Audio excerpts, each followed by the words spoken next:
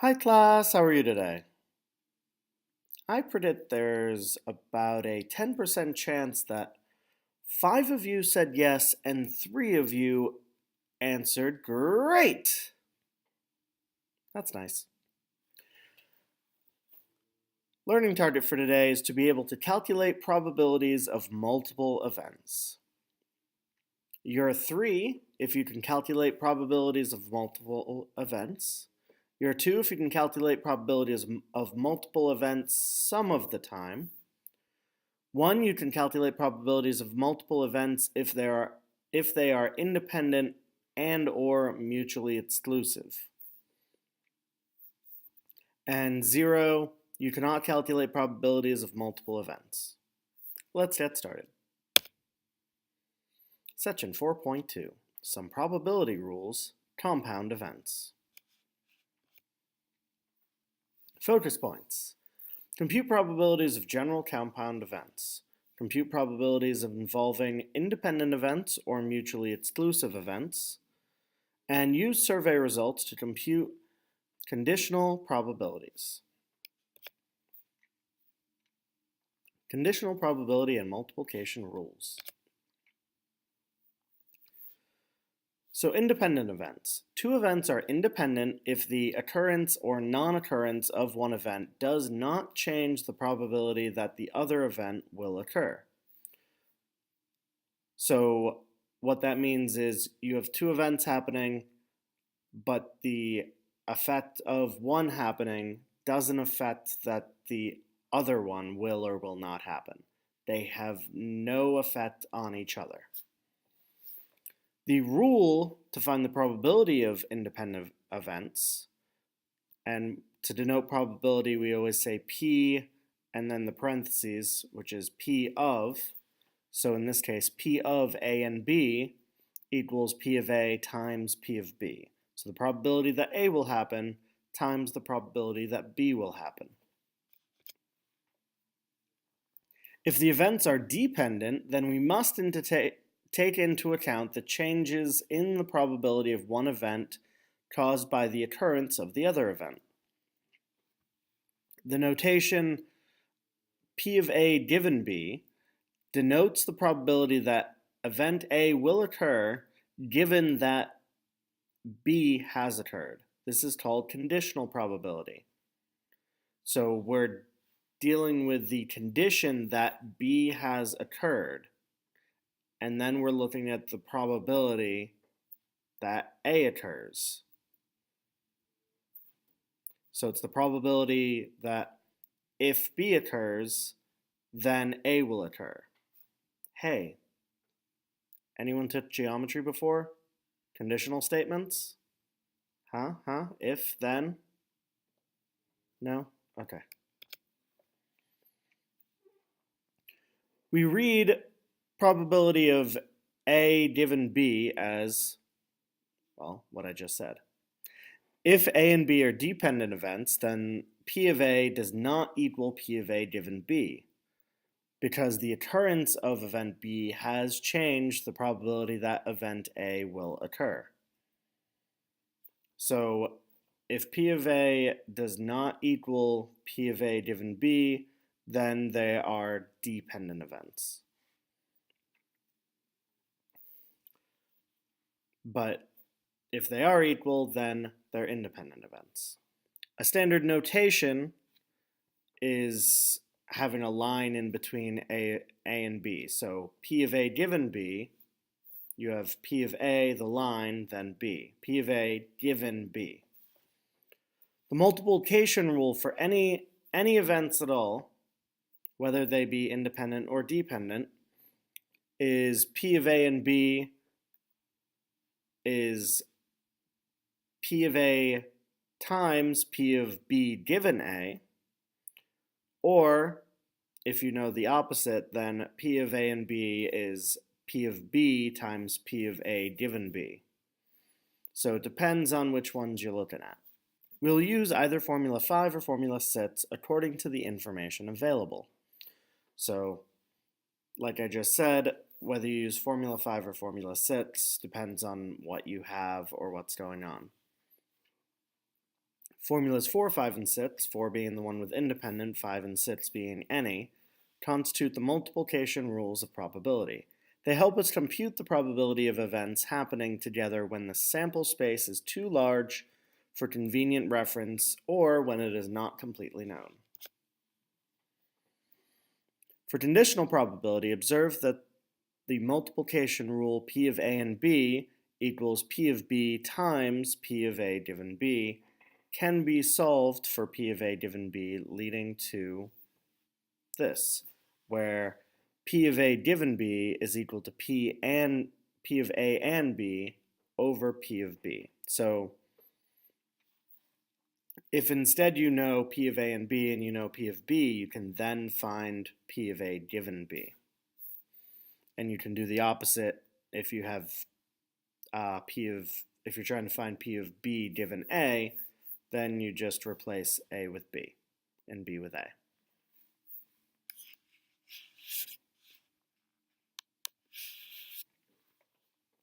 Suppose you were going to throw 2 fair dice. What is the probability of getting a 5 on each die? The 2 events are independent, so we should use the formula 4, the one with independent. Because if you throw 2 dice, they're completely different events. Whether you get a 5 on the first one or not doesn't affect whether you get a 5 on the second one or not. Completely independent. So the probability that you get a 5 on the first die and 5 on the second die is the probability of 5 on the first times the probability of 5 on the second. To finish the problem, we need to compute the probability of getting a 5 when we throw 1 die. There are 6 faces on a die, and on a fair die, each is equally likely to come up when you throw the die. Only one face has 5 dots, so by formula 2, for equally likely outcomes, the probability you get 5 on a die is 1 out of 6. Now we can complete the calculation.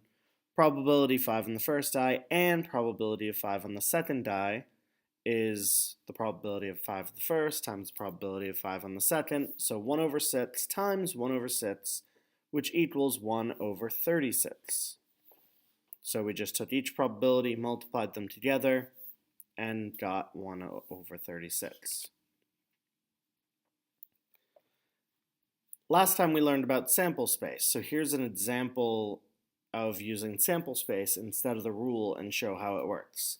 So the first task is to write down the sample space. Each die has 6 equally likely outcomes, and each outcome of the second die can be paired with each of the first. The sample space is shown in figure 4.2. So all the possible outcomes are listed here. And the only one that shows up that we want is 5 in the first, 5 in the second. All the others don't matter. But 6 by 6 shows us that there's 36 chances here. So there's 1 chance out of 36.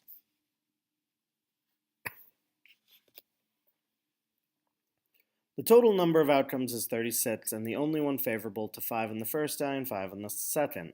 The 36 outcomes are equally likely, so by formula 2, for equally likely outcomes, 1 over 36. The two methods yield the same result. The multiplication rule is easier to use because we did not need to look at all 36 outcomes in the sample space for tossing 2 dice. This makes it very nice when we start dealing with having hundreds or thousands of outcomes. You don't want to have to list them all.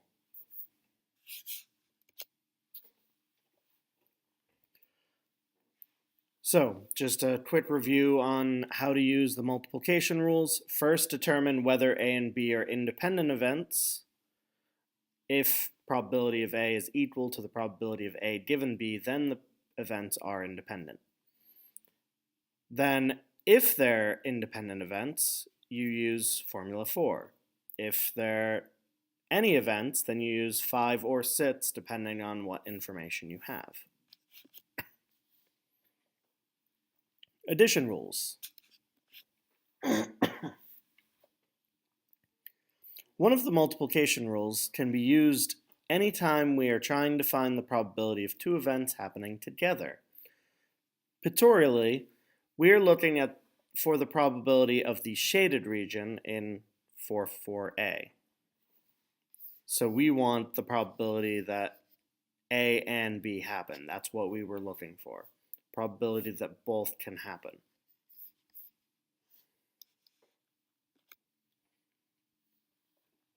Another way to combine events is to consider the possibility of one event or another occurring. For instance, if a sports car saleswoman gets an extra bonus if she sells a convertible or a car with leather upholstery, she is interested in the probability that you will buy a car that is a convertible or that has a leather upholstery. Of course, if you bought a convertible with leather upholstery, that would be fine too, meaning you need one or the other, but if you have both, that's also okay. Pictorially, the shaded portion of figure 4.4b represents the outcome satisfying the OR condition. Notice that everything's shaded. So any of those is okay. Notice that the condition A or B is satisfied by any one of the following conditions. Any outcome in A occurs, any outcome in B occurs, any outcome in both A and B occurs. It is important to distinguish between the OR combinations and the AND combinations, because we apply different rules to compute their probabilities. Once you decide that you are to find the probability of an OR combination rather than an AND combination, what formula do you use? It depends on the situation. In particular, it depends on whether or not the events being combined share any outcomes. Example 6 illustrates two situations. Consider an introductory statistics class with 31 students. The students range from freshmen through seniors. Some students are male and some are female. Figure 4.5 shows the sample space of the class. So here we're saying each F here is a female freshman, each M here is a male freshman. Female sophomore, male sophomore, so on.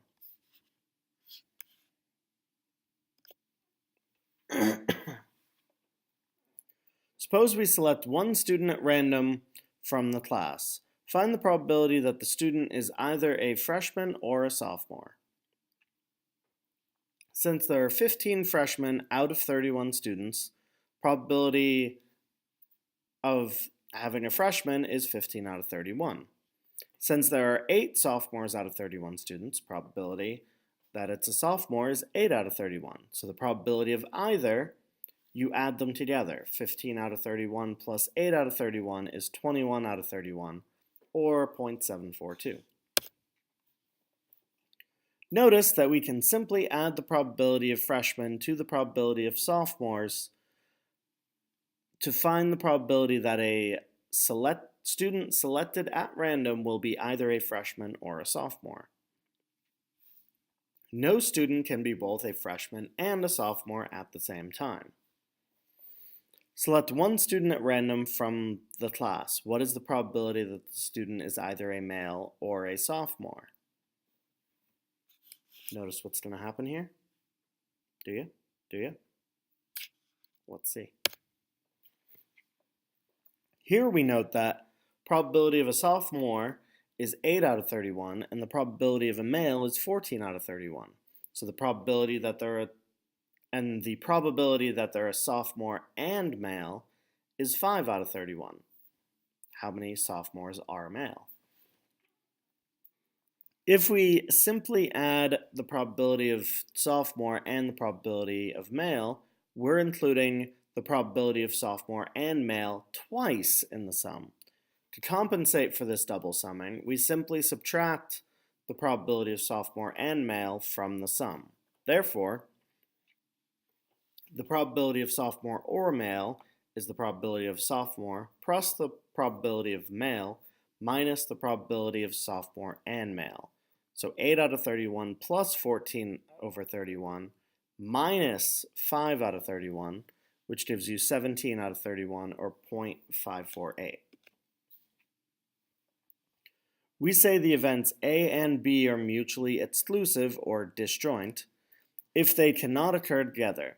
This means that A and B have no outcomes in common, or put another way, that P of A and B is 0. Two events are mutually exclusive or disjoint if they cannot occur together. In particular, events A and B are mutually exclusive if P of A and B equals 0. Same thing said both times. So what I'm getting at here is, in the first example, example A, you were dealing with freshman or sophomore. You can't be both at the same time, so those are mutually exclusive. So the probability that you're a freshman and a sophomore is 0 because it's not physically possible. Formula 7 is the addition rule for mutually exclusive events A and B. Addition rule for mutually exclusive events A and B is probability of A or B is equal to the probability of A plus the probability of B. If they're mutually exclusive, you don't have to worry about them together because it's not possible. If the events are not mutually exclusive, we must use the more general formula, 8, which is the general addition rule for any events A and B. General addition rule for any events A and B is the probability of A or B is equal to the probability of A plus the probability of B minus the probability of A and B.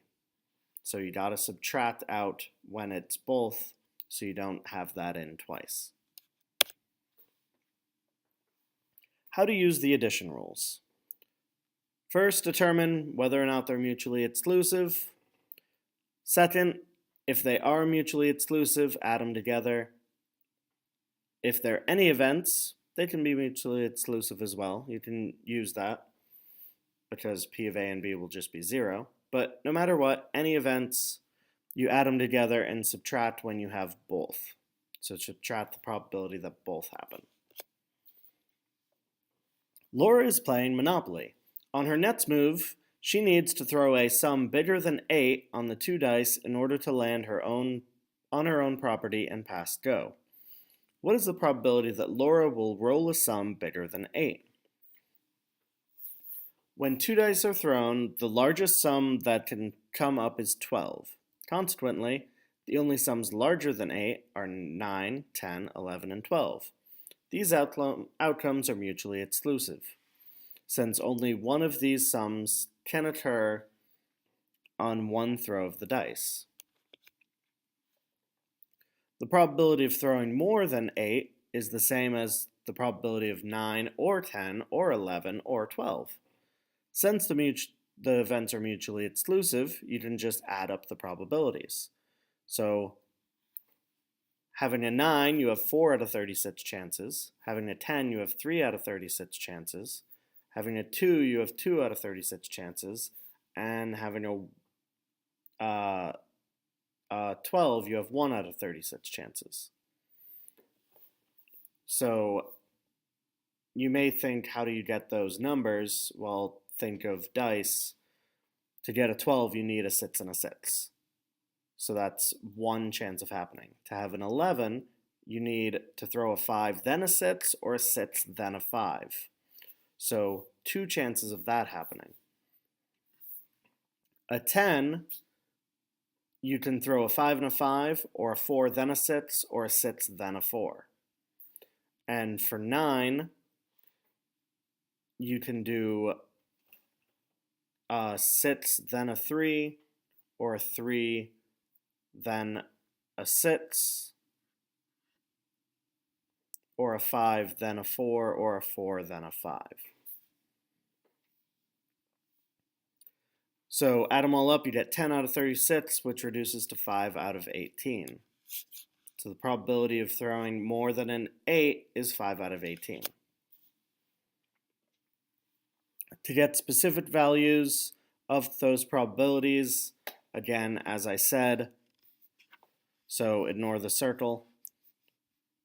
To throw a 12, you need a sits and a sits. To throw an 11, you need a 5 then a sits, or a sits then a 5. To throw a 10, 4 then a sits, 5 then a 5, or a sits then a 4. Notice how I'm going diagonally. And then for a 9, 3 then a sits, 4 then a 5, 5 then a 4, or sits then a 3. Now time for the sponge.